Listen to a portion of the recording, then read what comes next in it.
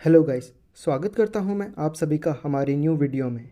इस वीडियो में मैं आपको समझाऊंगा बैंक्स का business model and how they earn money.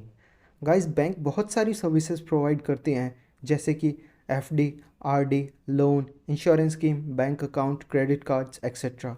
और इन्हीं सर्विसेज के लिए बैंक इंटरेस्ट पे भी करती हैं और चार्ज भी करती हैं। बैंक्स का मेजर पोर्शन ऑफ इनकम आता है इंटरेस्ट इनकम से। अब आप लोग सोच रहे होंगे कि ये इंटरेस्ट इनकम क्या होती है। सो गाइस, चलो इंटरेस्ट इनकम को एक एग्जाम्पल के थ्रू समझते हैं। मान लीजिए कि आपने अपने सेविंग अकाउंट में 10,000 रुपये डिपॉजिट किए हैं और बैंक आपको उस पर 3% इंटरेस्ट पे कर रही है, यानी 10,000 पर बैंक 300 रुपये पर एनम इंटरेस्ट पे कर रही है। और दूसरी तरफ आपके पड़ोसी को रुपए की ज़रूरत है, तो उसने बैंक से 10,000 रुपये का पर्सनल लोन लिया है और बैंक ने उस पर्सनल लोन पर 12% इंटरेस्ट चार्ज किया है, यानी 10,000 पर 1,200 रुपये इंटरेस्ट। तो बैंक ने आपसे तो 10,000 रुपये 3% ब्याज पर ले लिए, लेकिन आपके पड़ोसी को वही 10,000 रुपये 12% पर दिए।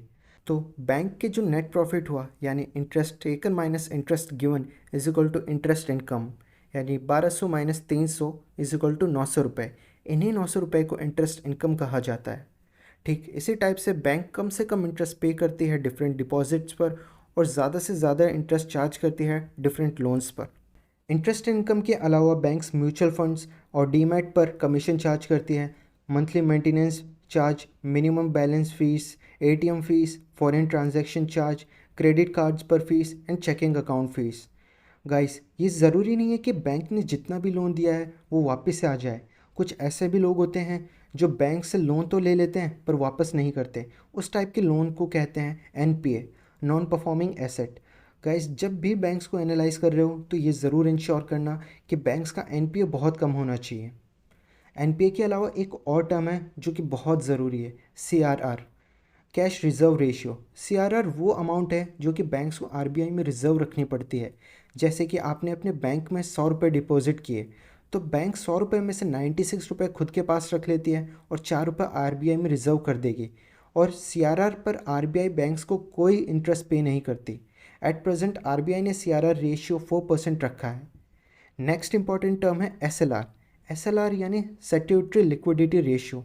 ये वो अमाउंट है जो कि बैंक्स को गवर्नमेंट बॉन्ड में इन्वेस्ट करना होता है और एसएलआर पर बैंक्स को 7.7% इंटरेस्ट मिलता है। एट प्रेजेंट आरबीआई ने एसएलआर रेशियो मिनिमम लिमिट 19.5 रखी है। सो गाइस, बैंक को टोटल डिपॉजिट में से 19.5% एसएलआर प्लस 4% सीआरआर यानी 23.5% पार्ट आरबीआई में रिजर्व रखना पड़ता है।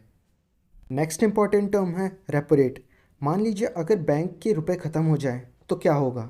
इस केस में आरबीआई बैंक को लोन देता है और उस लोन पर आरबीआई बैंक से इंटरेस्ट चार्ज करता है। रेपो रेट के अलावा एक और ज़रूरी टर्म है, वो है reverse repo rate. Reverse repo rate मतलब अगर मार्केट में लिक्विडिटी ज़्यादा हो जाती है तो आरबीआई बैंक से रुपए लेता है और उस पर इंटरेस्ट पे करता है।